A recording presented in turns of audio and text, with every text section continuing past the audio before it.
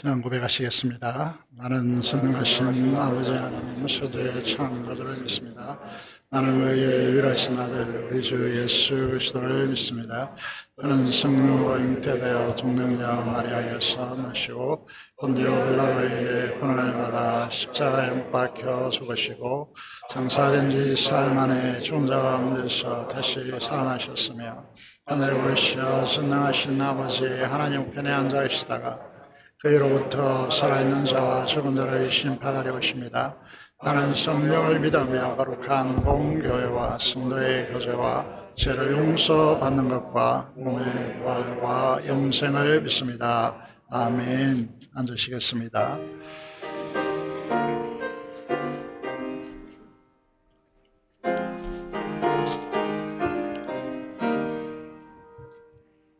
하늘이 푸르고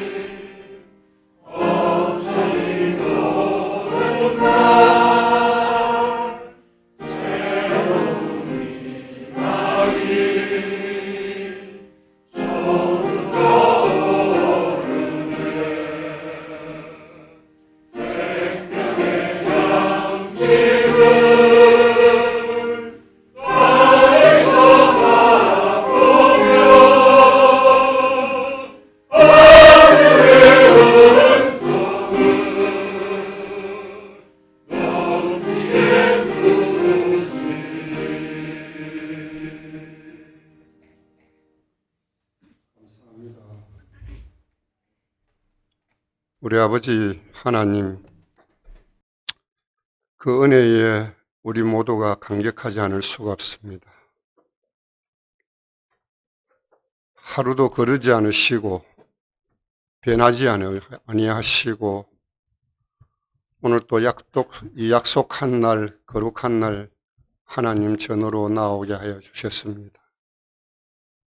지난 한 주간을 또 돌이켜보면은 우리 각 심령이 내 방식대로 살지는 않았는지, 또 하나님을 실망시키지는 않았는지, 욕되게 하지는 않았는지, 이모저모로 돌이켜보면 허물투성인 저희들입니다.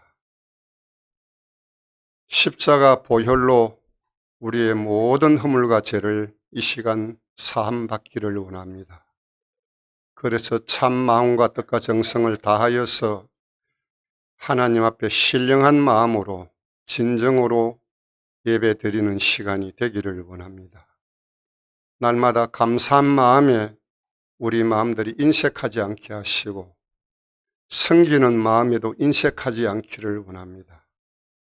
베풀고 나눔에 풍성함이 더하여지기를 원합니다. 그래서 성도들의 교제 속에서 하나님의 영광을 경험하고 은혜를 경험하고 누리는 삶이 될 수 있도록 우리 모든 성도들을 하나님께서 도와주시고 축복하여 주시기를 원합니다.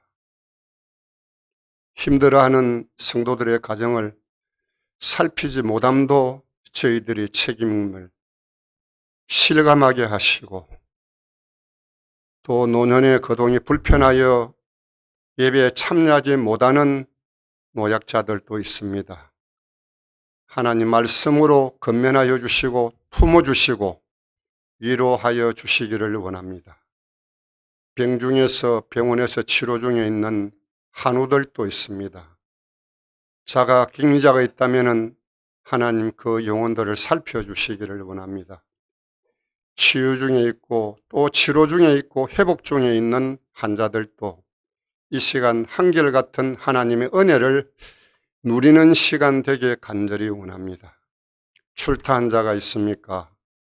또는 여행 중에 있는 형제 자매들이 있습니까? 해상이나 군 복무 중에 있는 청년들 모두를 품어주시어서 예배 시간에 허락하시는 은혜가 그들 속에도 임하시기를 원합니다. 요 아버지, 우리 하나님, 과거에는 예면하고 살았지만은 이제는 하나님 아버지를 아바 아버지라고 부를 수 있는 성장반이 있습니다. 그동안에 여러 가지로 말씀을 듣고 배우며 또 경험하고 여러 가지로 하나님 앞에 영광 돌리기 위하여 헌신하는 그 모습들을 보면서 하나님을 만나고 또 하나님의 은혜를 깨닫기도 하고, 그로 인해서 자신만이 구원에 이르는 것이 아니고 혈육들과 친인척들까지도 구원에 이를 수 있는 통로가 될 수 있는 기회가 되기를 원합니다. 가정을 무사히 마치고 오후에는 또 아버지의 간증도 있습니다. 여러 가지 경험으로 인해서 자만하지 않게 하시고 오직 하나님만을 의지하는 삶으로 살아서 하나님을 영화롭게 하는 그런 삶 속이 되기를 원합니다. 새 가정들 하나님 꼭 기억하여 주시고 붙들어 주시기를 원합니다. 우리가 자만하면 넘어질 수밖에 없고 또 아버지 시험에서 이길 수가 없습니다. 믿는 것은 오로지 하나님 한 분밖에 없사오니 하나님 의지하는 믿음을 더하여 주셔서 담대함으로 모든 영혼을, 모든 삶을 하나님 앞 맡기고 나아가는 그런 삶이 될 수 있도록 축복하여 주시기를 원합니다. 예배를 통하여서 하나님을 만나게 하시고 뜨거움을 경험하는 놀라운 은혜가 있는 예배 시간 되기를 원합니다. 찬양으로 준비한 성가대에 한결같은 하나님이 은혜를 더하셔서 우리가 세상을 살아갈 때에 곡조 있는 찬양으로 우리 입가에 찬양이 끊어지지 않는 생활이 되게 하시고, 말씀을 한 구절이라도 날마다 묵상하는 삶 속에서 세상을 이겨노라고 자부할 수 있는 믿음의 승리자들이 다 될 수 있도록 도와주시기를 원합니다. 아버지 하나님 특별히 원합니다. 진행 중에 있는 정축 계획들 아버지 잘 진행되어서 물가 파동에서도 이겨나갈 수 있게 하여 주시고, 지역이 개발된다면 교회가 중심이 되어서 그 중심적인 역할을 다할 수 있는 길을 열어주시기를 원합니다. 하나님이 없이는 어떠한 일도 하나님이 이루어갈 수 없사오니 성령께서 날마다 우리 일상 삶 속에 도와주시고 함께 동행하여 주셔서 우리의 삶 속에서 많은 행동들을 바라볼 때 죽어가는 영혼들이 우리의 삶의 모습을 통해서 구원에 이르는 놀라운 통로가 될 수 있도록 도와주시기를 원합니다. 이 시간 목사님을 세워주셨습니다. 귀한 말씀을 선포하실 때에 말씀 한 말씀 한마디 한마디가 남의 것이 아니고 모든 것이 내 삶 속에 아버지 역사하는 말씀이 되기를 원합니다. 치유가 되는 말씀이 되게 하시고 회복이 되는 말씀이 되게 하시고 축복의 말씀이 되게 하셔서 돌이키는 놀라운 은혜가 있는 시간 되게 꼭 축복하여 주시고 성령께서 도움 주시기를 간절히 원하옵고 감사드리며 예수님 이름으로 감사 기도드리옵나이다. 아멘.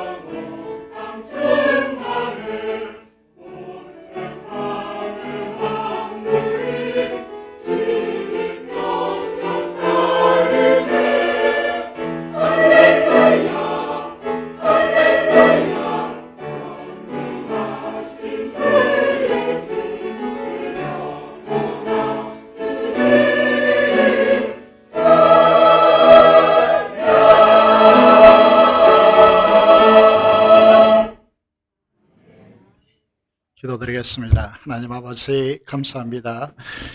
지난 한 주간 어떠이 속에서도 우리 성도들을 지켜주시고 많은 어려움 속에서 하나님께서 지켜주셔서 주님 존전 앞에 나와서 예배드리게 하심을 감사합니다. 예배를 하나님께서 음량하시고 앞서 우리를 대표하여 하나님 앞에 간절히 기도한 기도를 연락하여 주시며 하나님께 드린 찬양을 흠량하시고 우리 성도들의 기도를 연락하여 주시고 이 시간도 각 처에서 하나님 앞에 예배드리는 그 마음들을 하나님께서 흠량하여 주시고 동일한 은혜 속에 갈 수 있도록 주께서 역사하여 주시옵소서. 우리에게 수많은 일들이 진행되고 있고 많은 일들이 이번 가을에 실행되려고 합니다. 많은 열매되어서 하나님께 영광 돌릴 수 있도록 축복하여 주시고 우리가 오로지 하나님을 향할 수 있도록 주께서 축복하여 주시옵소서. 일하는 모든 공간들, 하시는 모든 일들이 주님 앞에서 행해질 때 하나님께서 앞서 행하시고 역사하시고 세밀히 간섭하여 주셔서 하늘의 주의 총명으로 잘 헤쳐나갈 수 있도록 주께서 역사하여 주시옵소서. 이 시간 말씀을 선포해 주시고 말씀을 통하여 하나님의 우리 각자를 향한 하나님의 음성을 듣고 새롭게 되어지는 은혜의 시간이 되도록 역사하여 주옵소서. 우리 주 예수 그리스도 이름으로 기도드리옵나이다. 아멘. 하나님의 말씀 함께 보시겠습니다. 사무엘하 6장입니다. 구약 성경입니다. 사무엘하 6장 12절에서 23절의 말씀을 함께 보시겠습니다. 구약 성경 472페이지에 있습니다. 사무엘하 6장입니다. 12절 말씀부터 보도록 하겠습니다. 어떤 사람이 다윗 왕에게 아뢰어 이르되 여호와께서 하나님의 궤로 말미암아 오벳 에돔의 집과 그의 모든 소유의 복을 주셨다 한지라. 다윗이 가서 하나님의 궤를 기쁨으로 메고 오벳 에돔의 집에서 다윗성으로 올라갈새 하나님의 궤를 맨 사람들이 6걸음을 가매 다윗이 소와 살찐 송아지로 제사를 드리고 다윗이 여호와 앞에서 힘을 다하여 춤을 추는데 그때 다윗이 베에봇을 입었더라. 다윗과 온 이스라엘 족속이 즐거이 환호하며 나팔을 불고 여호와의 궤를 메어오니라. 여호와의 궤가 다윗성으로 들어올 때 사울의 딸 미갈이 창으로 내다보다가 다윗 왕이 여호와 앞에서 뛰놀며 춤추는 것을 보고 심중에 그를 업신여기니라. 여호와의 궤를 메고 들어와서 다윗이 그것을 위하여 친 장막 가운데 그 준비한 자리에 그것을 두매 다윗이 번제와 화목제를 여호와 앞에 드리니라. 다윗이 번제와 화목제를 드리기를 마치고 만군의 여호와의 이름으로 백성에게 축복하고 모든 백성 곧 온 이스라엘 무리에게 남녀를 막론하고 떡 한 개와 고기 한 조각과 금포도 한 덩이씩 나누어 주매 모든 백성이 각기 집으로 돌아가니라. 다윗이 자기 가족에게 축복하려 돌아오매 사울의 딸 미갈이 나와서 다윗을 맞으며 이르되 이스라엘 왕이 오늘 어떻게 영화로우신지 방탕한 자가 염치 없이 자기의 몸을 드러내는 것처럼 오늘 그의 신복의 계집종의 눈 앞에서 몸을 드러내셨도다 하니 다윗이 미갈에게 이르되 이는 여호와 앞에서 한 것이니라. 그가 네 아버지와 그의 온 집을 버리시고 나를 택하사 나를 여호와의 백성 이스라엘의 주권자로 삼으셨으니 내가 여호와 앞에서 뛰놀리라. 내가 이보다 더 낮아져서 스스로 천하게 보일지라도 네가 말한 바 계집종에게는 내가 높임을 받으리라 한지라.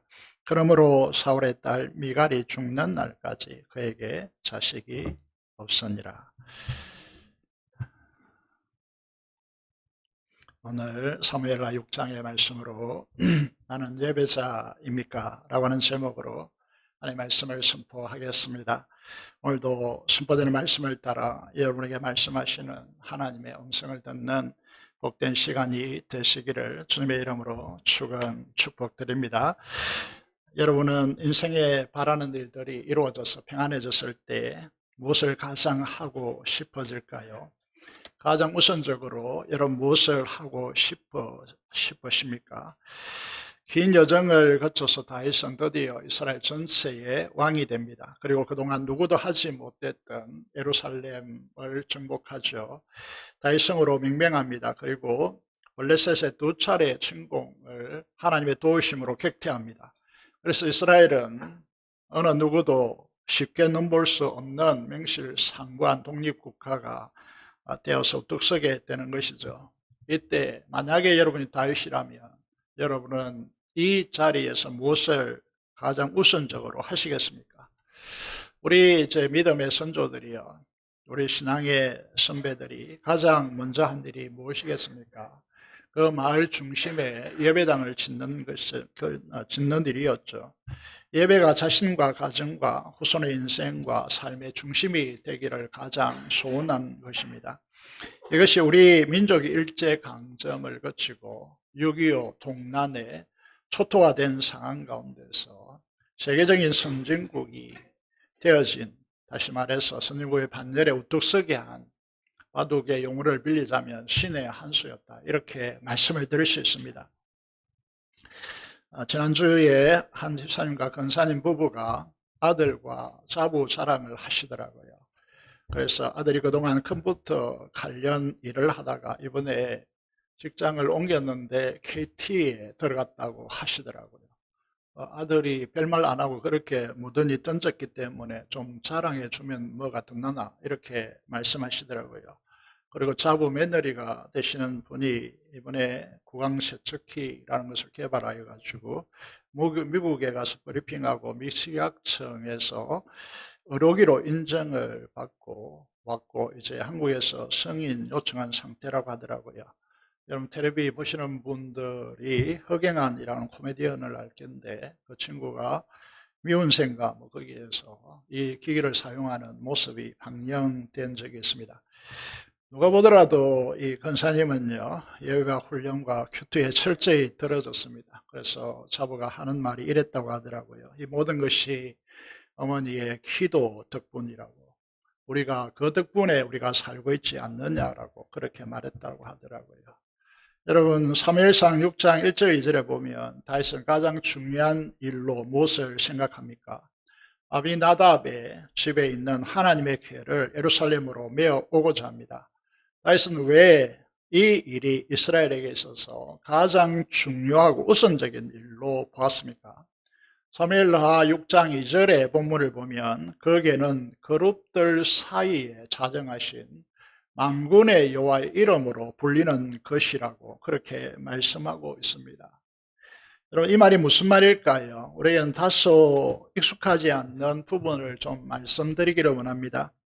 하나님은 우리가 어떤 하나님으로 믿고 고백하고 신뢰하고 있느냐 하면 천지의 창조주 하나님, 만물을 초월해 계시는 하나님으로 우리는 믿고 고백하고 있습니다. 이 말은 우리와 다르다는 말이죠. 우리는요, 이 땅과 이 우주가 사라지면 우리는 살 길이 없습니다. 그런데 하나님은 천지를 창조하신 분이시고 우주를 초월해 계신 분이기 때문에 우주가 사라지거나 멸망당한다고, 여러분 하나님이 이제 존재하지 않는 그런 분이 아니죠. 전혀 다른 분입니다. 하나님은 이 땅과 만물과 우주에 충만하신 분이시고 유일하게 만물과 우주를 초월할 수 있는 분으로 우리가 믿고 있습니다. 이 하나님을 가리켜서 다윗은, 사무엘하 기자는 만군의 여호와 하나님의 궤, 법궤를 이렇게 지칭하고 있습니다.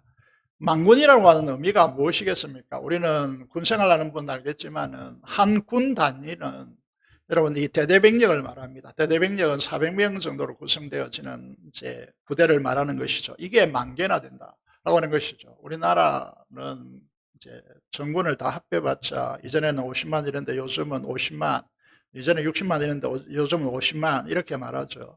그것도 이 땅의 군대가 아닙니다. 하늘의 군대가 400만 정도 된다라고 그렇게 우리는 생각을 하게 되어지고 그 하나님, 만군의 주 되신 하나님이시다 이렇게 고백하고 계시는 것이죠. 여러분 생각해 보시면 그 엄청난 하나님이, 이 우주를 창조하신 그 하나님께서 이런 법궤를 만들게 하시고 그 법궤 뚜껑을 속죄소로 가는데 거기에 임재하시겠다. 이게 얼마나 엄청난 말인지 우리는 잘 이해가 되지 않죠. 이게 얼마나 엄청난 말인지. 그래서 하나님께서 임하신 이 예배의 자리가 얼마나 엄청난 자리인지 우리는 잘 모릅니다. 이 감격이 없는 것이죠. 그래서 이 엄청난 길을 설명할 길이 없어가지고 최근에 이제 창조에 대해서 공부하고 있다고 제가 몇 차례 걸쳐서 말씀하는데 신학자들이 어떻게 생각하느냐 하면 이 하나님께서 이 창조하시기 위해서 자신을 그 강대하신 분 자신을 여러분 제한시키고 태거하셔서 이 우주를 창조하셨다는 것입니다.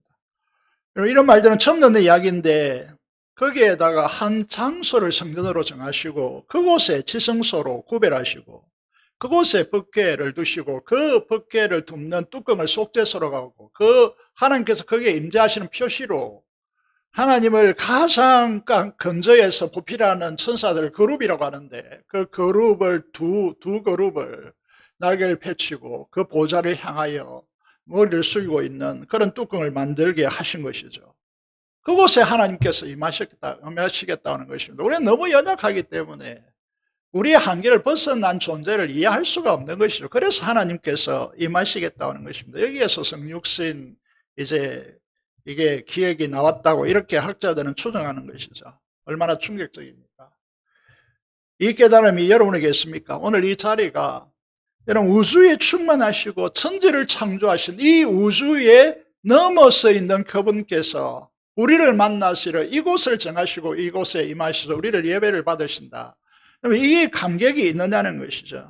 이것이 바로 우리 예배의 자리라고 하는 것이고 우리가 그 하나님을 대할 때 어떤 하나님으로 대하고 있느냐는 것이죠. 여러분 다윗을 거쳐서 이 성전을 처음으로 이제 이게 지은 사람이 누구죠? 솔로몬이죠. 솔로몬이 소위 말해서 성전 봉헌식에서요, 성전 헌당 예배에서 어떻게 고백하게 되어집니까? 역대하 6장 18절의 말씀을 보시면요, 이런 감격을 가지고 하나님 앞에 봉헌하고 있습니다. 어떤 감격입니까? 하나님이 참으로 사람과 함께 땅에 가시니까 이해가 되지 않는 거죠. 이해가 안 됩니다, 이게.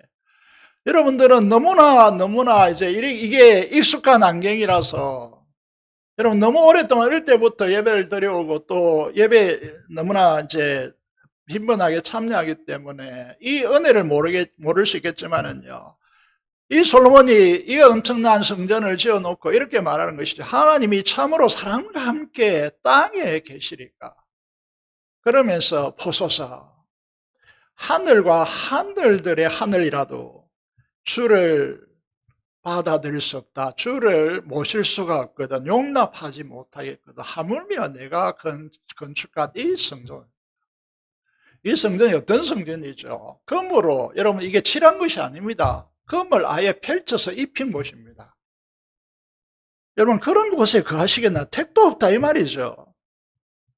하나님을 정말로 믿음으로 바라보신다면요, 우리 예배드리는 이 자리가 이런 감격 속에 생생하게, 이런 표현을 쓰죠. 어느 하나하나가 톡톡 튀어야 되는 것이죠. 여러분 예배 현장이 여러분 어떠해야 되는지를 이제 우리가 바라보셔야 되는 것이죠. 오늘날 성전이 어딥니까? 얘는 교회당이고 예배당이고 성전은 여러분들입니다.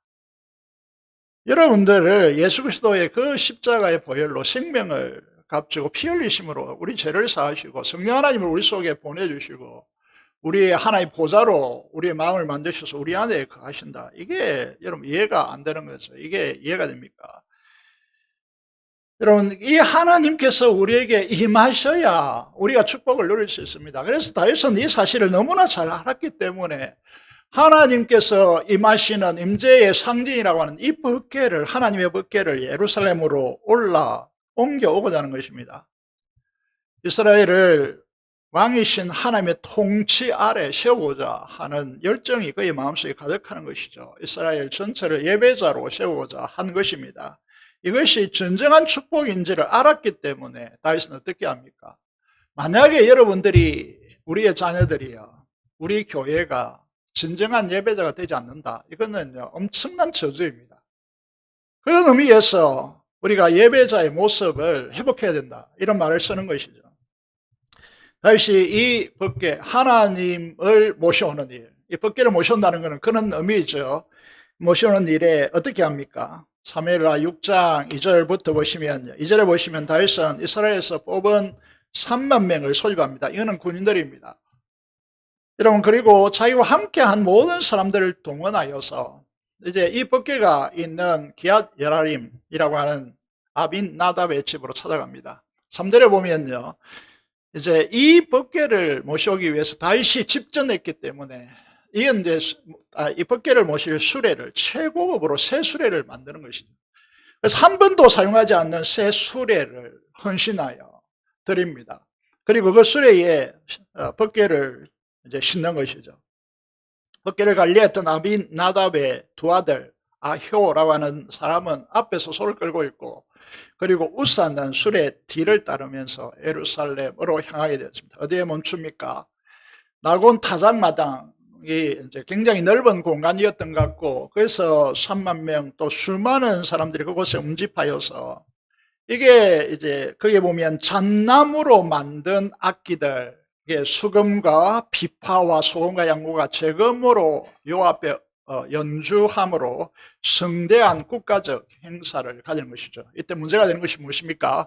그렇게 많은 군중과 그런 소리를 처음 듣는 이 소는 뛰게 되는 것이죠. 그때 수레가 소가 뛰니까 수레에서 이제 법궤가 떨어지려고 하니까 이제 우사가 그 법궤를 부뚜모를 해서 끔찍하게 거절해서 즉사하는 일이 일어난 것이죠. 우리가 수련회를 가진다 이렇게 할 때 사람이 수련회에서 죽으면 어떻게 되죠? 아무리 말씀이 좋고 찬양이 의대스럽고 기도가 하나님에 떨어졌다 할지라도 그 수련회는 끝입니다.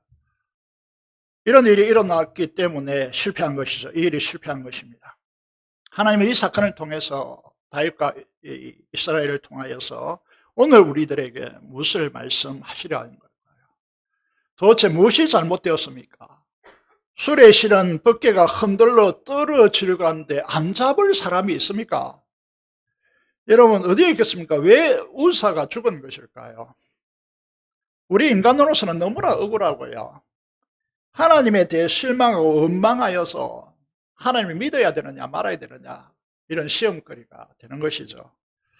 정말 하나님을 신뢰할 수 있는 대상인가 의문까지 드는 이 사건은 하나님께서 도대체 왜 이렇게 하시는가라는 것이죠. 우리에게 무엇을 말씀하시려고 하시는 걸까요? 그 중요성을 이제 살펴보기를 원합니다. 여러분, 법궤를 보시면요, 법궤가 블레셋에 왜 넘어갔습니까? 법궤를 앞세우면 하나님의 임재를 상징하고 있기 때문에 이 전쟁에서 우리가 승리할 수 있다라고 생각하고요, 여러분, 이 엉망진창으로 살아갔던 이 홈리와 비나서 하나님을 무시했던 이들이 법궤를 전면에 내세웠지만 패배합니다. 그리고 이 전쟁에서 엘리의 두 아들 제사장인 이 두 사람은 죽습니다.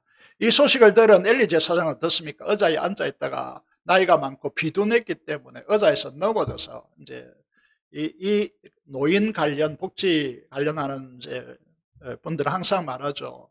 떨어지는 걸 조심하라. 그럼 이제 넘어져서 목뼈가 부러져서 즉사합니다. 이 빼앗긴 법궤는 이렇게 이스라엘 제사장들이 타락했기 때문에 하나님의 임재를 상징하는 법궤를 가져가도 전쟁에서 패배하고 그 중심의 선자들이 죽었지만은, 이 법궤는 블레셋 땅에 들어가서, 지금 지도를 그려놨습니다만은 블레셋 땅에 들어가서 어떻게 됩니까? 블레셋은 5 부족으로 이루어진 연합국가입니다. 오늘날은 블레셋을 뭐라고 부릅니까? 팔레스타인 이렇게 부릅니다. 팔레스타인이 이제 블레셋이란 말이죠. 그래서 5 이제 도시로 이루어진데 그 중심 수도가 어디입니까? 아스돗입니다. 아스돗은 뭐가 있습니까? 그곳에 화면대로 다곤의 신전이 있습니다. 다곤 우상이 이 법궤를 이제 자기들이 승리했기 때문에 그 신전 앞에 이 전리품을 바쳤습니다. 여호와라고 하는 이스라엘의 신에게서 승리했다라고 하는 개념으로 어디에 다곤 신전에 다곤 우상이 있는 그 앞에 가져다 줍니다. 전리품으로 진열한 것이죠. 어떻게 됩니까? 다곤 신이 처음에 넘어졌습니다. 이렇게 놓으니까 다음날 어떻게 됐죠? 목과 팔이 분리되고 먼지 그 이제 문턱방을 넘어서 있는 그 모습을 보면서 이건 사람이 한 것이 아니다라고 하는 이 증거가 드러나는 것이죠. 그리고 아스돗 이 지역은 어떻게 되죠? 독종이 발발하여서 많은 사람들이 죽게 되어지는 이 사건이 일어나는 것이죠. 그래서 사람들이 어디로 옮겨가라고 합니까? 가드로 옮겨가라고 합니다. 가드에서 어떤 일이 일어나죠? 여호와의 큰 손이 나타나서 그 지역에 독종이 발발하게 되어지고 많은 사람들이 또한 죽게 되어집니다. 그러자 이 다섯 부족 국가의 지도자들이요, 한 자리에 모여서 대책회의를 합니다. 어떻게 대책회의를 합니까? 이 이스라엘의 신의 이름으로 불려오는 이 법궤를 이스라엘로 돌려보내자. 하나님께서 스스로 이스라엘로 돌아오시는 것입니다. 여러분, 그래서 이제 이 현상이 믿을 수 없는 현상이잖아요. 그래서 블레셋 사람들이 이것이 이스라엘이 믿는 그들의 신에 의한 것인지 아니면 자연적으로 일어난 현상인지에 대해서 시험하기를 원했습니다. 그래서 어떻게 합니까?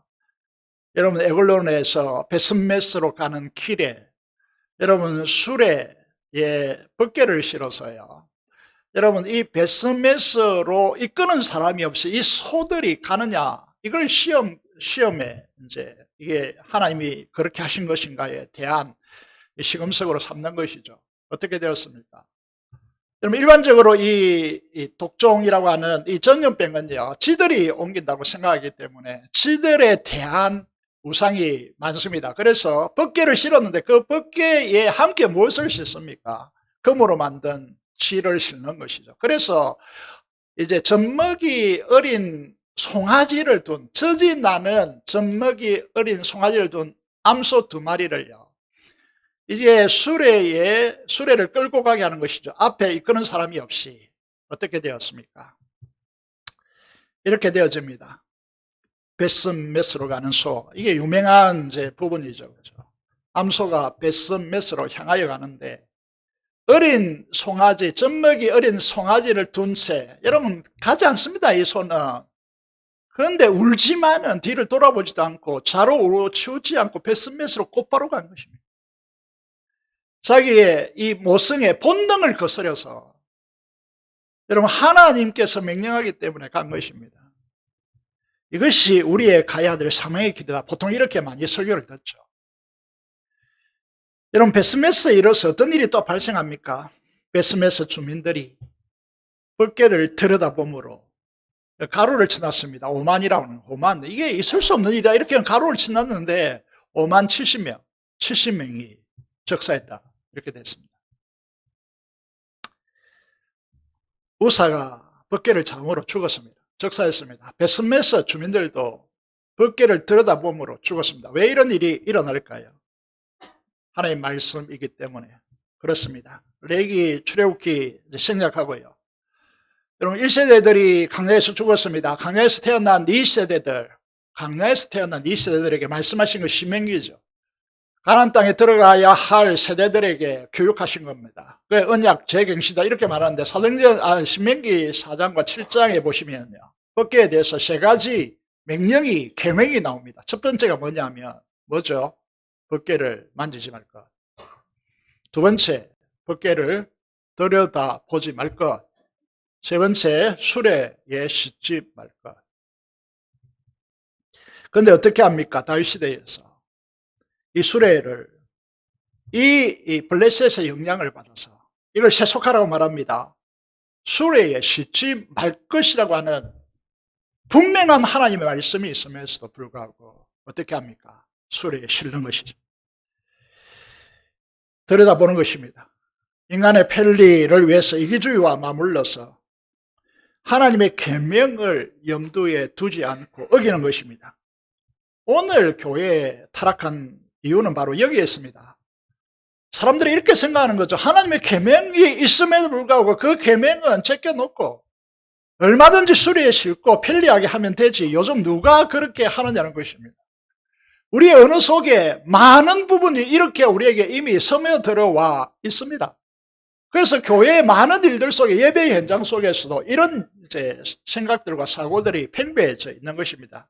이런 세상의 방식이 현대교회에 너무나 많이 들어와 있다는 사실을 오늘 이 말씀이 우리들을 고발하는 것이죠. 인간의 흥미와 편리주의로 흘러가고 있는 것이죠. 하나님의 계명을 통한 하나님의 원하심과 뜻과는 무관하게 흘러가고 있는 것입니다. 계명이 중요한 것이 아니죠. 여러분, 중요한 것은 이걸 깨닫고 회개하느냐, 중요한 문제입니다. 다윗은 왜 실패했는지 깨닫게 되어집니다. 하나님이 정하신 규례대로 법궤를 제사장이 메고 오지 않았다는 사실을 깨닫게 되어집니다.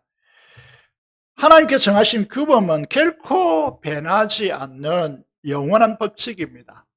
하나님의 계명은 절대로 변개되지 않습니다. 변화되지 않는다는 것이죠. 이 사실을 우리가 기억해야 되는데, 주일 성수라든지 시대가 변했기 때문에 주일 성수가 달라졌다. 천만의 말씀입니다. 이것 완전히 착각하는 것이죠. 우리는 삶과 여건 속에서 이 문화와 맞물려서 너무나 쉽게 하나님의 계명을 자기 편리대로 변경시키려고 하는 경향성이 오늘 교회에 존재하고 있는 것이죠. 불변하는 진리의 계명을 어길 때는 처음에 다수가 넓은 길로 인간적인 편리를 추구했기 때문에 우리 모두에게 만족스럽다라고 말할지 모르겠지만은요, 이게 어떻게 되죠? 실패와 엄청난 대가가 따르게 되어지는 것입니다. 오늘날 한 사건을 보시면요, 인본주의의 옷을 입은 많은 그리스도인들에게 너무 거슬리는 것 중에 하나가 차별금지법이라는 것이 있습니다. 여러분, 오늘 많은 그리스도인들과 크리스찬 국회의원도 차별금지법을 심지어 옹호하는 사람이 있습니다. 하나님은 사랑의 하나님이자는 것이죠. 이는 체질적으로 성소수자이기 때문에 그들 차별해서는 안 된다라는 방식을 쓰고 있습니다. 여러분, 우리가 소돔과 고모라 사건을 알고 로마서에도 분명히 언급하고 있고, 플라톤과 아리스토텔레스도 우리가 그 사상이 모든 학문에 다 깔려있지만 이게 왜 우리가 신뢰해서는 안 되냐 하면 그들이 소돔리 동성연애자이기 때문에 그렇습니다. 여러분, 그래서 이 하나님의 계명에 순종해라 라고 하는 이 말씀을 하면요, 사람들이 모이지 않습니다. 고리타분하다는 거죠. 구원과 성장이 힘듭니다. 그리스도인이라면 남성이 남성과 결혼할 수 있습니까? 없습니다. 여성과 여성이 결혼할 수 있습니까? 계명에 금지되어 있습니다. 착각하지 않았으면 좋겠습니다. 그래서 이 법이 여기 보시면 차별금지법의 소위원회를 통과하는데 2분도 안 걸렸다 이렇게 됐죠. 여러분, 이게 국회에 막아야 됩니다. 이렇게 되면 수많은 이제 그리스도인들, 기독교의 폐가 오기 때문에요. 여러분, 다윗은 베레스 우사 사건으로 법궤를 예루살렘으로 옮겨오지 못하고 어디에 둡니까? 에돔의 집에 둡니다. 얼마가 머물게 되죠? 3개월 머물게 되죠. 3개월 동안 어떻게 되었습니까? 은혜의 소낙비가 법궤를 모신 이 집에 쏟아집니다. 여러분, 이제 이게 하나님의 축배 은혜의 소낙비가 쏟아지는 것이죠. 사무엘 6장 11절 12절에 보면 하나님의 계가 가드 사람, 이방인입니다. 유대인이 아닙니다. 에벳 오돔의 집에 석 달밖에 딱 없었는데 어떻게 되었습니까? 하나님께서 에벳 에돔과 그 온 집에 복을 주시니라. 그러면 에벳 오돔 지역이라는 지역과 이 이제 아비나답이라고 하는 이 사람의 집에 에벳 오돔의 집에 온 집에 복을 주셨다 이렇게 되었죠. 어떤 사람이 다윗 왕에게 이 사실을 보고합니다. 여호와께서 하나님의 계로 말미암아 오벳 에돔의 집과 그 모든 소유에 복을 주셨다 한지라. 그래서 이 법궤를 옮겨오는 일이 하나님의 뜻인지를 그런 이제 분별하게 되어지는 것이죠. 그래서 실패를 딛고 법궤를 예루살렘에 옮겨옵니다. 12절 14절의 말씀을 우리가 읽었습니다. 다윗은 철저히 이제 지난 날을 뒤로하고 하나님의 계명을 따라 규례와 질서를 따라 진행합니다. 지난 날을 반성하는 것이죠. 여러분, 이 지점이 오늘 우리 예배를 드리고 있는 우리의 현장에서도 지난 날을 반성적으로 바라보셔야 된다는 것이죠. 여러분, 지난 날에 어떻게 했습니까? 3만 명을 동원하고 다윗과 함께 그 왕궁을 구성하는 모든 사람들을 다 동원하여서 이제 유대에서 가장 넓은 낙원의 타작마당에 수많은 사람들이 모여서 최고급 악기를 연주하면서요, 찬양함으로써 무엇을 하고자 하는 것이죠. 이렇게 한 이유가 무엇입니까? 시골 총구석에 지금도 베들레헴이 어딘지 잘 나타나지 않습니다. 너무 작기 때문에요. 그 시골 총구석에 이름도 알려지지 않는 베들레헴에서요, 그 집안, 이세의 집안에서도 존재조차 없었던 이 목동 다윗이요, 일국의 왕이 되었습니다. 그러니까 이 이스라엘의 주요한 사람들이 인정하겠습니까? 왕으로 인정하지 않으려고 하는 것이죠. 그래서 이 다윗은 법궤를 모셔와서 자기의 왕위를 높이고자 하는 이 방식, 거대한 행사를 치름으로써 왕위를 견고케 하려고 하는 것입니다. 자신을 높이고자 했던 다윗의 위신은 어떻게 되어집니까? 베레스 우사의 사건으로 오히려 추락하게 된 것이죠. 말씀으로 돌아가야 됩니다. 자기를 높이려고 하는 이런 정신을 가지고 예배자로 임한다면요, 하나님께서 반드시 추락시킵니다. 이 사실을 우리가 기억해야 됩니다. 우리의 욕망을, 높아지려고 하는 욕망을, 사람들에게 높아져 군림하려고 하는 욕망은 예배의 자리에서 허용되지 않습니다. 이 사실을 우리가 기억해야 한다는 것이죠. 다윗은 말씀으로 돌아옵니다. 그래서 다윗은 어떻게 합니까? 하나님의 진리는 시대를 변하여도, 세상이 변하여도 변하지 않는 불변하는 진리임을 분명히 하고 있습니다. 그래서 다윗은 참된 예배자로 자신을 회복시킵니다. 보시면요, 오늘 우리가 배워야 될 다윗의 예배를 보시기 바랍니다. 다윗을 통해서 우리 예배를 배워야 됩니다. 예배는 무엇입니까? 참된 예배를 결정하는 세 가지 요소가 이제 오늘 본문을 통해서 천명되어지는 것이죠. 그래서 14절을 보시면요, 첫째는 무엇이냐면 화면에 나와 있는 대로 코람데오, 하나님 앞에서 라고 하는 이제 이 마음의 자세입니다. 법궤는 그곳에 하나님이 임재했다는 상징이고, 그래서 법궤를 그렇게 가져오려고 하는 것입니다. 우리가 참된 예배자로 결정되는, 우리가 참된 예배자인가를 결정하는 가장 우선지고 중요한 것은 첫 번째가 뭐라는 것입니까? 하나님 앞에서라고 하는 이 단어입니다. 여러분, 강대하신 하나님이 지금 여기 이곳에 임하셨다는 이 사실 하나만으로 충분히 감격하고 놀람으로 바라보고 있어야 한다는 것이죠. 오늘 이 자리에 있는 저와 여러분들이 이곳에 있는 하나님을 느끼고 바라보고 알고 있느냐는 것입니다. 이 인식이 이 예배를 결정하는 것입니다. 예배는 자세입니다. 신앙은 태도입니다.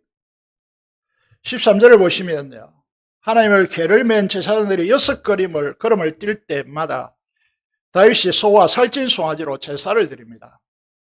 왜 6걸음인가? 이건 요셉 목사님이 충분히 설명했기 때문에 생략하고요. 제사는 무엇입니까? 자신의 죄를 대신하여 짐승이 죽는 자리입니다. 이 말은 무슨 말이죠? 자신은 죄로 인하여 마땅히 죽어야 할 그런 존재이지만, 나를 대신해서 누가 예수 그리스도께서, 짐승을 상징하는 예수 그리스도께서 죽임당하시고 그 피를 주님의 지성소, 속죄소에 뿌렸기 때문에 우리가 용납되는 겁니다.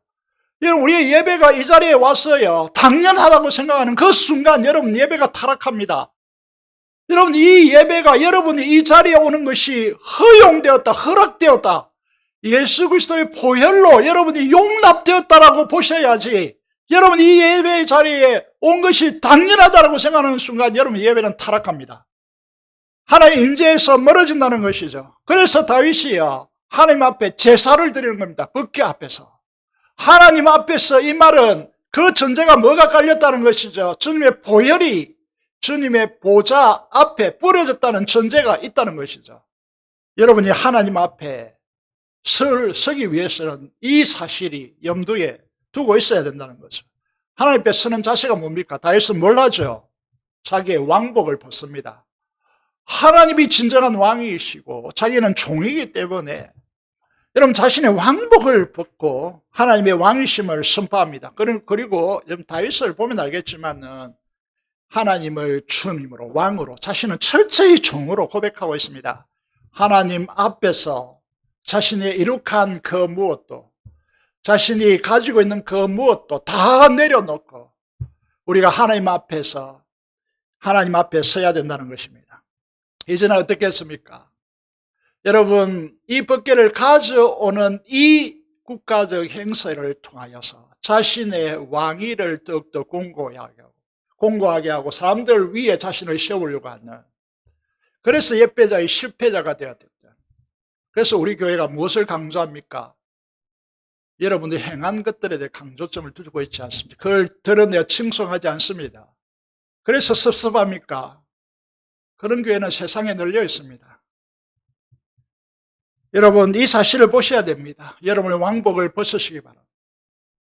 벗고 하나님 앞에 제사를 통하여서 자신을 죽이는 이 제사를 하나님께 드려야 됩니다. 우리는 로마서 12장 1절 2절을 잘 아시죠? 너희 몸을 하나님이 기뻐하시는 거룩한 산제물로 드리라고 우리에게 말씀하고 있습니다. 두 번째는 뭐죠? 기쁨과 즐거움, 힘을 다하여 기쁨과 즐거움으로 하나님을 예배하라고 하는 두 번째 요소입니다. 예배는 무엇입니까?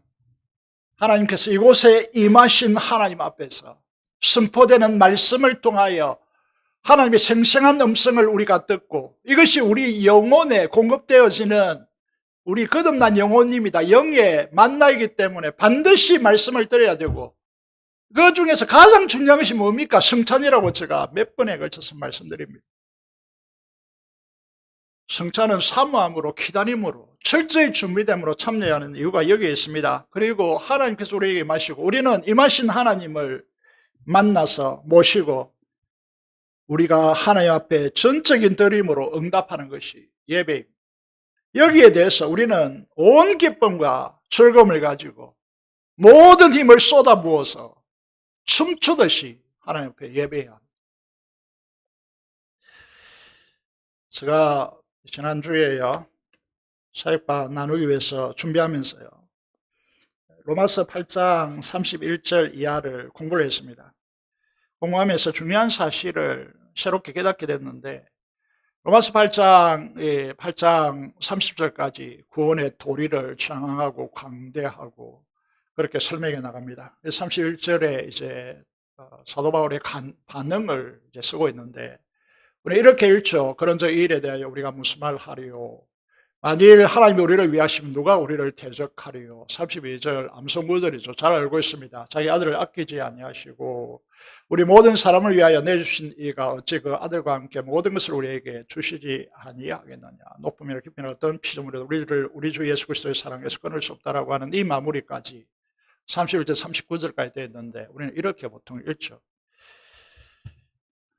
그런데 옥하는 목사님이 어떻게 이 부분을 기록해 놓았는가 하면, 이 말씀을 읽을 때 감격에 차서 격정에 사로잡혀서 하나님 앞에 구원의 감격으로 눈물로 하나님 앞에 찬양한 적이 있는가 묻고 있습니다.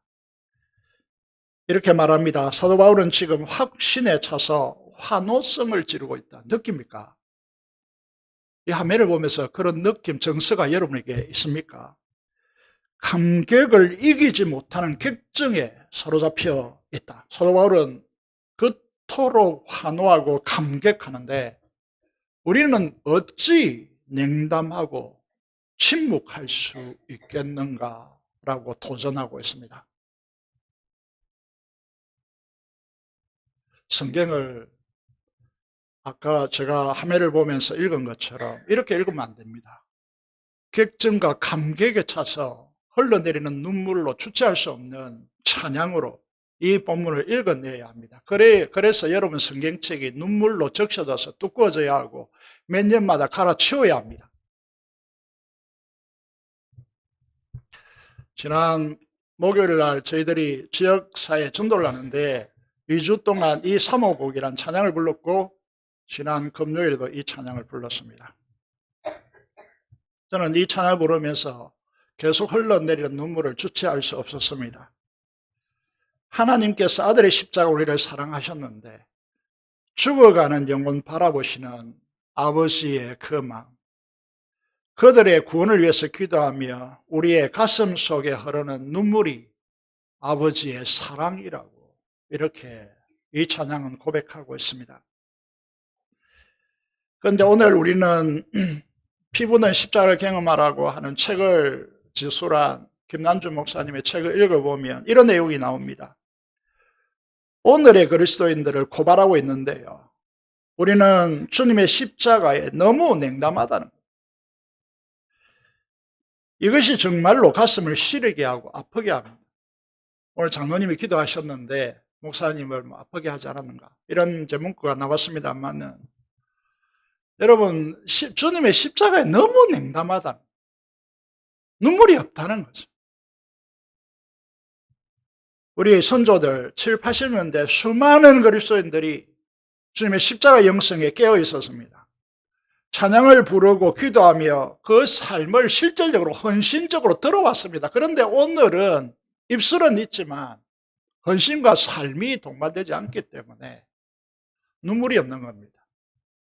냉철한 것입니다. 냉담한 것입니다. 이전 편리주의에 젖은 그리스도인들이 돈을 하나님보다 더 숭상하고, 돈이라면 주일도 깨뜨리고 계명도 필요 없는 거고, 이렇게 가는 것이죠. 귀찮아 오는 것이죠. 이 모든 문제는 어디에서 옵니까? 예배의 실패에서 옵니다. 예배자가 아니기 때문에. 예배는 언제나 어떤 도전을 받습니까? 비난. 참된 예배자는 비난에 직면합니다. 여러분 15절을 보시면 법궤를 가져오는 다윗의 모습을 보면서 다윗과 온 이스라엘 족속이 즐거이 환호하며 나팔을 불며 기뻐합니다. 다 그랬을까요? 다 그랬다고 생각하십니까? 18절 19절에 보시면 화목제를 드리고 만군의 하나님 이름으로 백성에게 축복합니다. 그리고 화목제를 드렸기 때문에 국가적인 대행사였기 때문에 모든 백성에게 한 사람도 제외 없이 떡 한 덩이를 나눠주고 고기 한 덩어리를 주고요. 건포도 한 덩이씩 건포도로 만든 떡 한 덩이씩 나눠줍니다. 오늘 우리에게 건포도 이렇게 하면 뭐 우리가 흔히 먹을 수 있는데 뭐 이렇게 하겠지만요. 지금부터 이제 3000년 전의 이야기입니다. BC 천년경의 이야기인데요. 건포도 떡은요, 보통 사람들이 만나볼 수 없는 것들이죠. 이런 제 요소요. 이게 축제입니다. 이 예배의 축제라는 것이죠. 그런데 어떤 부류가 있습니까? 예배의 실패자가 있습니다. 미갈입니다. 잘 보면 아시겠지만은 이 행사에 낙원 타작마당에 가지도 않고 법궤 앞에 나아가지도 않고 다윗성에서 내려다보고 있습니다. 내려다보고. 이걸 가리켜서 우리는 뭐라고 합니까? 예배의 간중화. 그렇게 부릅니다. 예배의 간중화. 간중으로 변질됐다는 것입니다. 여러분, 그래서 다윗이 여호와 앞에서, 법궤 앞에서야 힘을 다하여 온 몸에 땀이 범벅이 되어서 왕의 옷을 입었죠. 겉옷을 입었지만, 속옷을 입었지만 그 옷을 다 적십니다. 힘을 다해 온 마음으로 기뻐하며 춤을 추는 이 광경을 지켜보던 사울의 딸 미갈이 어떻게 합니까? 16절, 20절에 보면 심중에 왕을 업신여깁니다. 자기 아버지 사울왕과 같이 안았던 것이죠. 이스라엘의 최고의 권력자 왕이 채동을 근엄하게 가지고 위험 있게 다윗성으로 들어오지 않고 어떻게 합니까? 미갈이 보기에는 쏙살이 옷이 다 젖고요. 쏙살이 드러날 정도로 술 취한 자처럼 춤을 덩실덩실 추면서 법궤 앞에서 춤추는 것이죠. 마치 술 취한 방탕한 자가 염치도 없고 자기 몸을 가루지 못할 정도로 그런 추한 모습으로 얼룩졌다라고 왕의 위엄을 추락시켰다라고 그렇게 비난하는 것입니다. 이게 이유가 되는 것이 우리가 누가복음 15장의 탕자의 비유에서 보면 알겠지만 유대의 아버지는 절대로 뛰지 않습니다. 어떻게 긴박한 일이 일어나도 뛰지 않습니다. 이게 유대인들의 철칙이에요. 그런데 심지어 왕이 어떻게 합니까? 제가 여러분 왕의 채통을 읽고 그 은혜를 추락시켰다는 것입니다. 이게 미갈 한 사람의 비난일 것 같습니다. 이 비난은 쏟아집니다. 간중화된 현대 예배 현장에서. 이 비난을 들은 다윗이 어떻게 되었습니까? 미갈의 한 사람의 소리가 아니다라고 말씀을 드렸습니다. 근세 있는 집안. 소리라고 말할 수 있습니다. 이 소리를 들은 다윗이요, 찬슬이 맞던 꽃잎처럼 예배자로서 열정이 완전히 사그라졌습니까? 무슨 말을 하고 있느냐 하면, 여러분 주변의 환경 때문에 우리가 예배를 못 드린다 이렇게 하면서 참되게 드리는 예배가 여러분에게서 그 열정이 사라져가고 있습니까? 그게 영향력이 없습니까? 우리가 예배자로서 또 하나님의 일을 할 때마다 우리는 어떤 사람들에 부딪힙니까? 이기주의, 이기적 편리주의에 간중화된 사람들의 비난 소리를 듣습니다. 그러면 선한 의도가 꺾입니까? 그는 참된 예배자가 아닙니다. 법궤를 가져와서 하나님의 통치 안에 예배함으로써 하나님의 나라의 생명과 풍성한 삶을 나와 내 가정과 내 후손들에게 주고자 하는 이 열정으로 법궤를 모시고 오고 그 앞에서 힘을 다하고 기쁨과 온 즐거움으로 하나님 앞에 드리는 이 예배가 주변의 소리들로 인하여서 좌절되고 부서지고 사그라진다고 해요. 이 예배는 간중들이 결정하는 게 아닙니다. 이 예배는 국행꾼들이 결정하는 것이 아닙니다.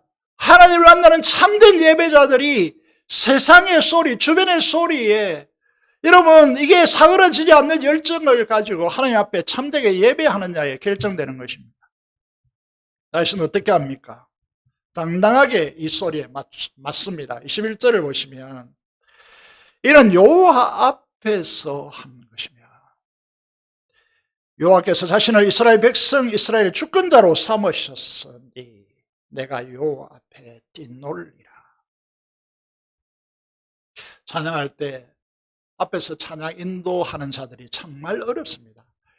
여러분 모르는 곡들이 가끔 나오기도 하고 우리 성도들이 익숙한 않은 곡들이 나타나기도 합니다. 그러면 여러분 찬양하는데 반응을 안 해주시면 정말 힘들어집니다. 손을 들라고 해도 손을 들지 않고 일어나 춤추라 하면 춤을 추지도 않고 그렇게 되면 여러분 우리는 유교가 아닙니다. 여러분 다윗의 춤을 보면서 우리 착각하지 마십시오. 우리가 이 거룩한 이걸 잘못 이해해가지고 유교적인 근엄함을 가지고 여러분 이렇게 고정돼 앉아가지고 예배하는 것이 이게 참된 예배이다. 착각입니다. 그거는. 오늘 본문을 보십시오. 어떻게 합니까? 다윗이 춤을 추잖아요. 유대라고 하는 이 환경 속에서요.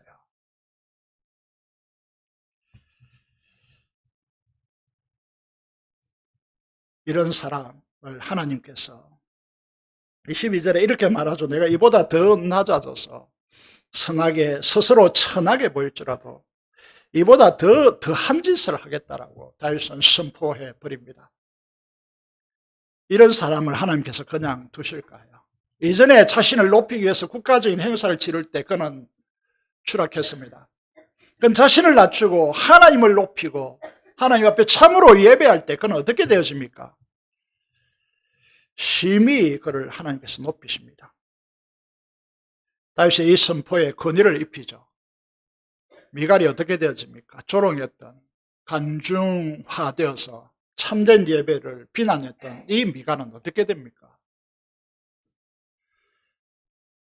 자녀가 없었습니다.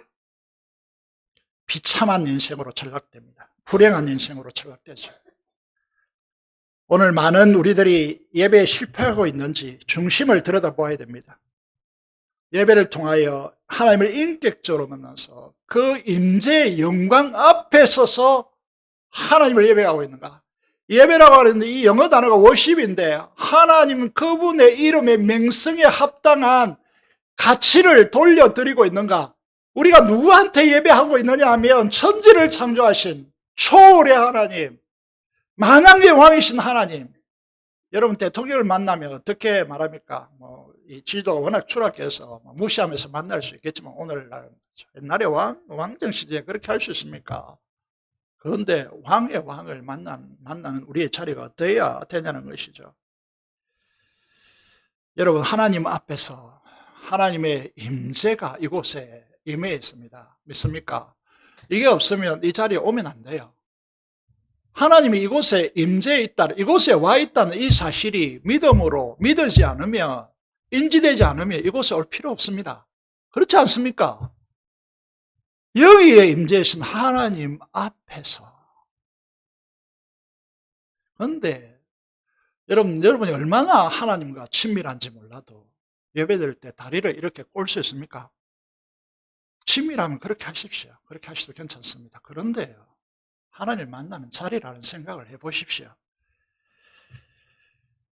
간중화되면 하나님의 말씀이 들리지 않습니다. 온갖 것들이 비판거리로 변질되었죠. 오늘 장로님 기도가 너무 길었는데, 장로님들 제발 좀 기도 짧게 해주십시오. 목사님 설교는 지가 길게 하면서 말이죠. 우리 보고 길게 한다고. 목사님 설교 좀 쉽게 해주면 안 됩니까? 재미있게 해주셔야 좋은 사람이 얼마나 많은데. 찬양이 어떻고. 여러분, 이런 사람들은요, 간중들입니다, 간중. 그래서 축복의 그릇을 똑바로 이렇게 해야 되는데, 엎어놓은 사람들, 엎어놓은 사람. 여러분, 이 예배의 자리가 얼마나 고귀한 자리인지 잘 모르시죠? 기적입니다.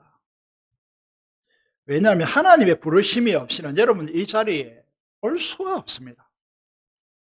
저 어릴 때 이제 소를 아침마다 산에 올려놓고 산에 등반하고 내려왔기 때문에 저는 산에 올라가는 거 싫어합니다.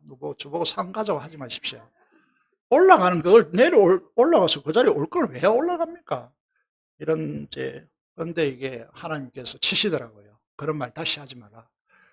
과일, 단 게 맛있는 거지. 뭐 커피도 단 게 들어가야 맛있는 거지. 이렇게 수많이 말했는데 치시더라고요. 단 거 먹지 말라고 이제. 예. 절에 가서요. 소소풍이라는 게 있습니다. 저희 형님들하고 동네 형님들하고 소하고 한 달에 한 번인가 소소풍이 있거든요. 그게 뭘 배울까요? 담배 피우는 뭐 이런 걸 배우는 거예요. 저는 교회를 다녀서 동네 형님들이 무수하더라고요. 저희 집안은. 그래서 저는 담배를 못 배웠습니다. 그리고 절에 갑니다. 절에 가면 물맛이 어떻게 그렇게 맛있는지 말이죠.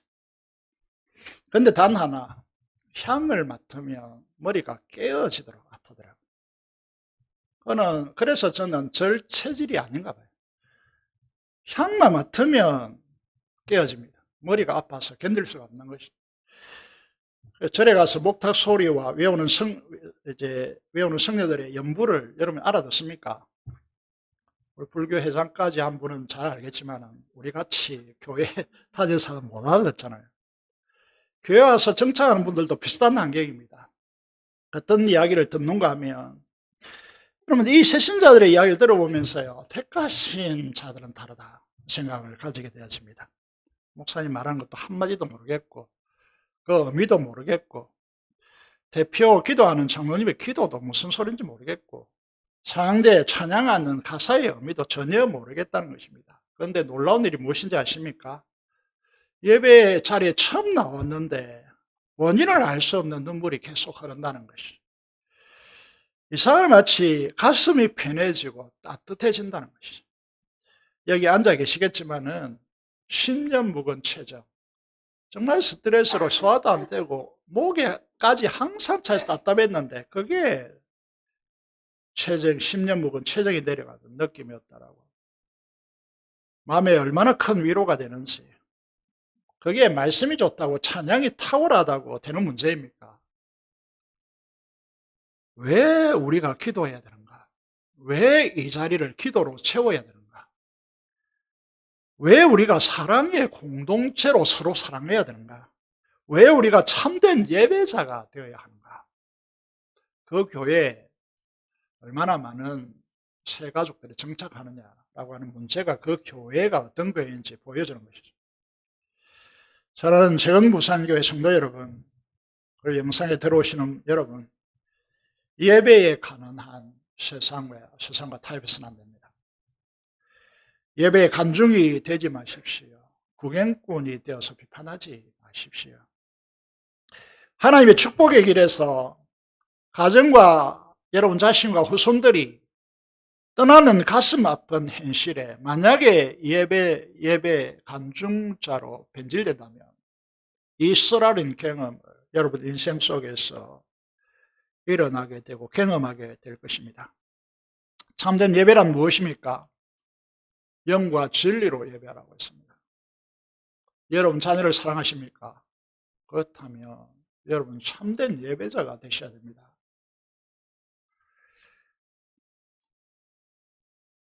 성령 하나님의 역사 안에서 주님의 진리로 하나님 앞에 서서 힘을 다하여서, 여러분 이 자리에 이 예배하기 위해서 일주일 동안 얼마나 힘을 쏟았습니까? 그리고 이 자리가 들어와서 그냥 눈 감고 있는 자리가 아니고 하나님을 아뢰나고 내가 힘을 다하여서 뛰놀며 춤추며 옷에 땀이 적시도록 하는 그 정성, 그 마음을 가지고 예배하는 그런 자리가 되기를 바랍니다.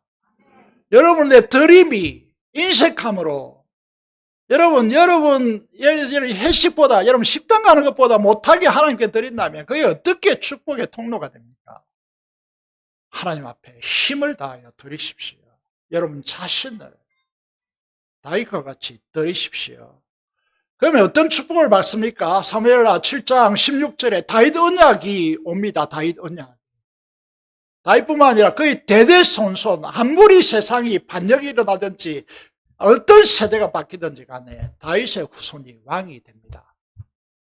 다시 말해서 우리의 후손들이 축복의 자리에 선다는 것이죠. 사랑하는 성도 여러분, 이 참된 예배자가 되어서 참으로 자자손손 행복자로 살아가는 축복이 여러분과 가정과 후손들에게 넘치기를 주님의 이름으로 축복드립니다. 기도드리겠습니다.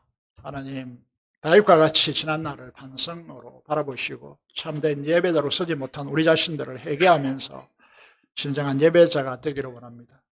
미갈같이 간증으로 그렇게 변질되어서 폐마하고 그렇게 한 우리들은 아닌지 하나님 우리를 불쌍히 여기시고 참된 예배자로 서게 해달라고 기도하시고 민족의 복음과 통일 파송의 선교사를 위해 사람성으로 기도하겠습니다. 살아계신 아버지 하나님, 은혜를 감사합니다. 하나님께서 우리를 축복하여 주시고 은혜 베풀어 주시기를 간절히 손을 드립니다. 우리 모든 교회에 속한 우리의 성도들이 하나님 아버지 정말 진정한 예배가 회복이 일어날 수 있도록 도와주시고 하나님 예배자로서 임재의 영광 앞에 서며 하나님 앞에 힘을 다하여 뛰놀며 춤추는 그런 예배 현장이 되도록 하나님께서 우리를 축복하여 주시옵소서. 이 지역과 우리 민족의 복음을 위해서 우리가 철저히 헌신하게 하여 주시고 우리가 깡마른 메마른 그런 사막과 같은 그런 영성이 아니라 십자가로 눈물 흘리고 감격하고 아버지 하나님의 정말 감격하고 격한 반응으로 하나님 앞에 서는 은혜가 있게 해주시며 속히 피없는 통일을 허락하여 주시고 파송된 선교사 성령 충만함과 아버지 하나님 후방에서 기도로 지원으로 든든히 서 있는 그런 선교 사역이 될 수 있도록 축복하여 주옵소서. 우리 주 예수 그리스도 이름으로 기도드리옵나이다. 아멘. 354장 찬송 드리도록 하겠습니다.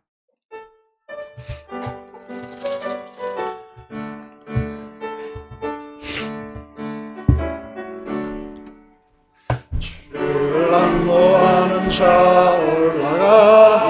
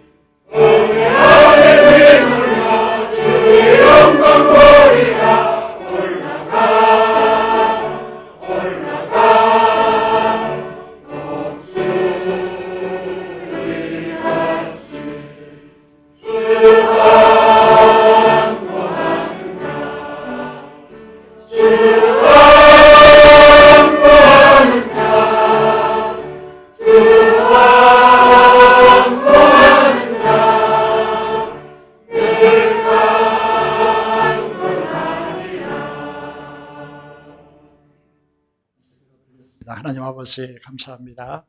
오늘 말씀을 통하여 우리에게 찾아와 주신 하나님의 은혜 앞에 우리 자신을 온전히 드릴 수 있도록 하나님께서 우리를 축복하여 주시고, 드린 이 물질을 하나님께서 함량하여 주시고, 하나님 앞에 소원하고 기도하는 모든 것들이 다 응답되게 하시며 하나님의 풍성한 것들로 체험받아서 하나님께 영광 돌릴 수 있도록 인도하여 주시옵소서. 주의 영감 11조 목적을 따라 헌신하는 주의 신실한 자들에게 두 손들어 축복하여 주시고, 그 손들이 하는 모든 일들이 땅에 떨어지지 않고 열매되어 하나님께 영광 돌릴 수 있도록 하나님께서 역사하여 주시고, 감사로 하나님 앞에 제사드리는 주의 자녀들을 축복하여 주시고, 하나님 아버지 이 감사에 담겨있는 기도 제목마다 하나님께서 간섭하시고 이루시고 역사하여 주시기를 간절히 손을 들이며 감사로 제사드리는 자를 영화롭게 하리라고 말씀하신 대로 하나님께서 두 손들어 축복하여 주시옵소서. 감사를 드리며 우리 주 예수 그리스도 이름으로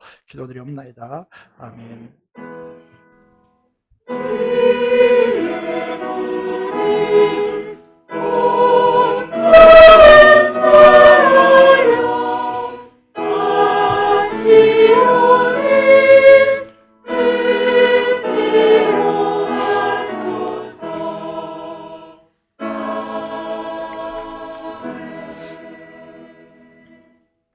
소식을 보겠습니다. 재직회가 10월 16일에 있습니다. 준비하셔서 함께 교회 전체와 나누시기를 바랍니다. 각 부서 준비해 주시면 좋겠습니다. 세례식이 있습니다. 그리고 성찬식이 10월 마지막 주 종교개혁주일에 있습니다. 세례 입교하실 분들은 신청서를 다음 주까지 교육자실에 제출해 주시기를 바라겠습니다. 그리고 태신자 사역, 새생백 축제 사역을 본격적으로 진행하도록 하겠습니다. 여러분들이 함께 헌신해 주시기를 바랍니다. 오늘 오후 찬양 예배는 그동안 우리 교회에 나와서 말씀을 공부하고 정착하신 분들의 간증을 듣는 시간을 가지도록 하겠습니다. 많은 분들 참여하셔서 격려해 주시고 함께 은혜 받는 시간이 되시기를 바라겠습니다. 오전도와 금요 기도회 계속해서 진행하도록 하겠습니다.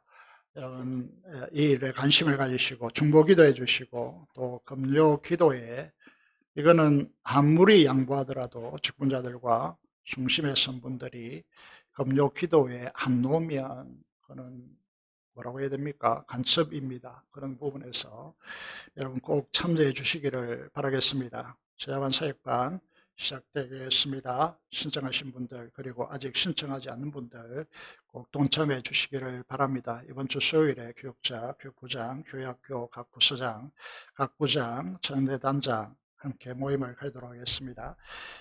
성도 소식을 보겠습니다. 우리 성도님들, 병원에 입원하여 계신 성도님들, 연로한 분들을 위해서 특별히 기도해 주시기를 바라고, 그동안 기도해 주신 대로 우리 한 근사님은 한민수 근사님은 퇴원하셨습니다.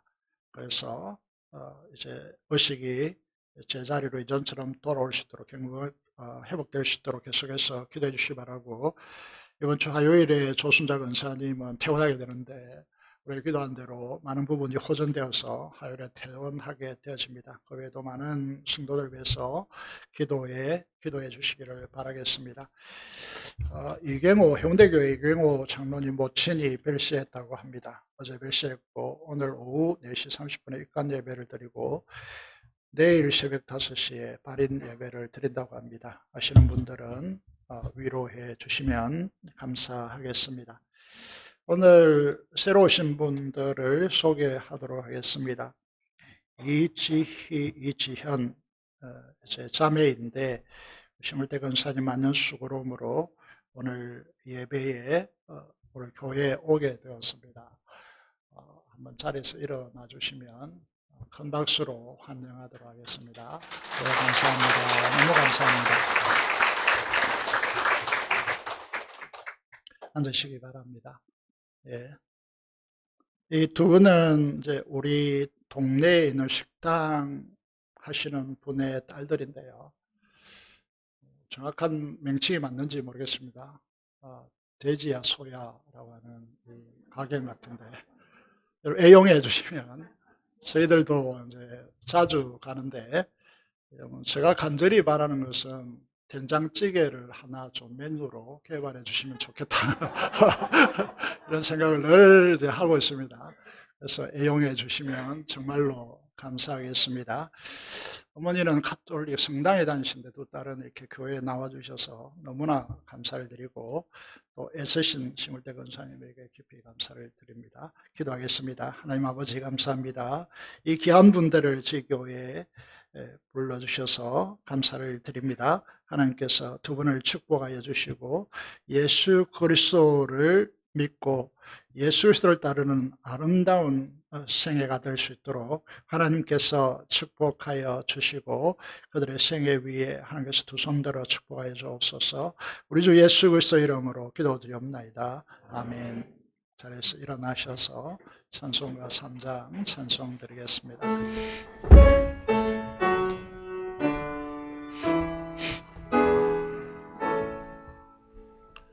성부성자 성령 찬송과 영광 돌려오네세 대초로 지금까지 또 영원을 따라 성삼위께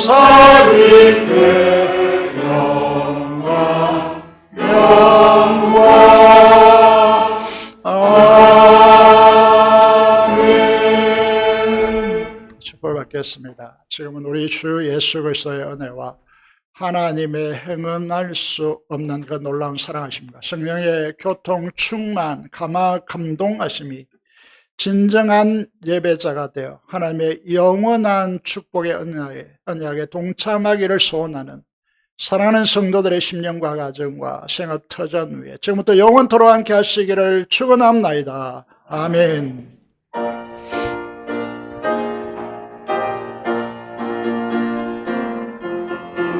Amen.